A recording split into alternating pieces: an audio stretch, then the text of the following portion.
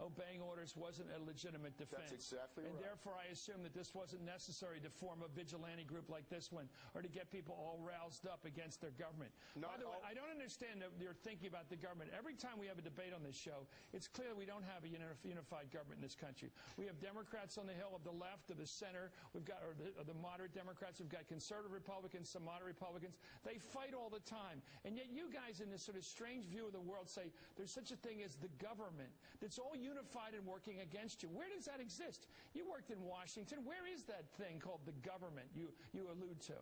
So you say there are no abuses. I'm asking, where is it? Where is this government that's all unified against you, that's frightening and is about to deny your rights? Who is this government?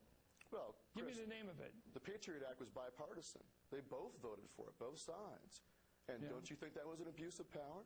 And abuse of rights? And yes, and it's being debated and argued among people within the political system we have in this country. And that's people right. Fighting it, and we don't have to have armed people out there standing ready to challenge authority. Anyway, let's move on. I want to bring Mark Podock in here, let him argue the case.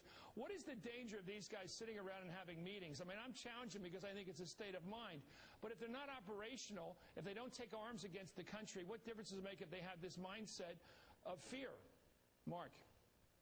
Well, I'd say a couple of things. First off, I'd point out that Stewart Rhodes just talked about, well, you know, maybe this could happen someday down the line, and this is a sort of theoretical worry that he has, or so he says. The reality is that when you look at the Oath Keepers website, the core of it is this business about the orders they're not going to obey, and it starts out with a preamble, a quote from George Washington saying, you know, now is the time, or soon comes the time when it will be determined whether we're slaves or freedmen. Immediately after that, the Oath Keepers website says, presumably in Stewart Rhodes's words, that time is near at hand again.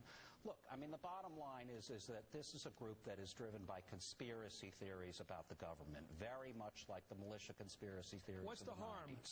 What's the harm in his thinking? They believe, presumably, that FEMA's out there setting up concentration camps and that kind of thing. I mean, this whole list of things that they're not going to do are the very fears that were enunciated by people in the militia movement, some of whom went on to do rather violent things. In one case, to attempt to attack Fort Hood in Texas because they thought foreign nationals were being trained there to suppress American patriots. So it's very much the same idea.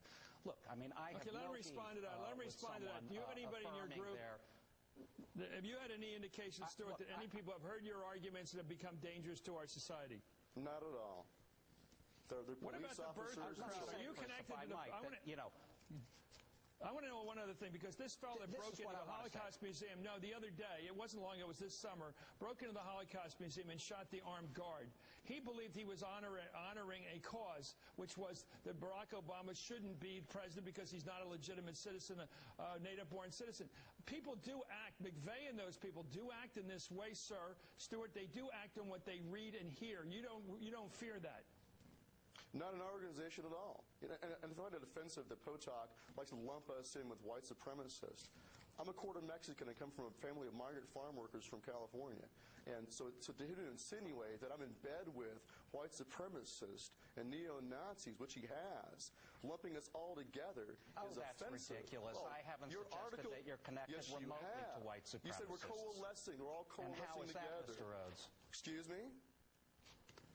You lump us all in the same bucket. How is that we've suggested that you're a white supremacist? That's ridiculous. You know we haven't said that. Yes, you have. You put us in the same bucket. The bottom line about the Oath Keepers is that this is a group of men and women who are largely in law enforcement. They are given weapons and they are given authority over the rest of us, and that is well and fine. I'm all about reaffirming oaths to the Constitution. It's a great document, as is the Bill of Rights.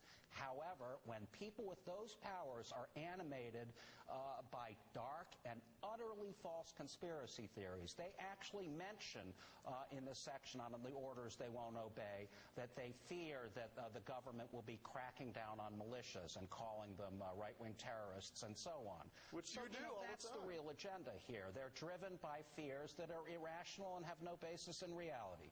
And what are you driven by? Let me stop and let Mr. Stewart. You're driven by donations. What is your fear?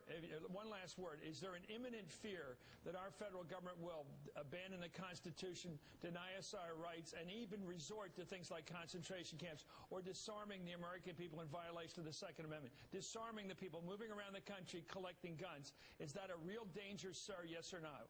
Yes, I think it is. A real danger. Yes, I think it is. Look at the pattern of abuse of executive power and the claimed authority to treat America like a battlefield. You keep changing the subject. What you have in your documents is, will not obey orders to disarm the American people. That's right. Do you think these things on your list of fears are imminent and real threats to the American people now? Disarm the American people, detain the American people, martial law, concentration camps. Are those real or just scare tactics, sir? Those are real threats throughout society. You bet. Those are real threats throughout history. And our goal is to make sure they don't happen. Of course. Wouldn't you fear them? Fair enough. Thank you, Stewart Rhodes. Thanks for coming on Hardball. I'm not agreeing with you, but I'm agreeing with your right to say anything. Thank you, Mark Potok, as always.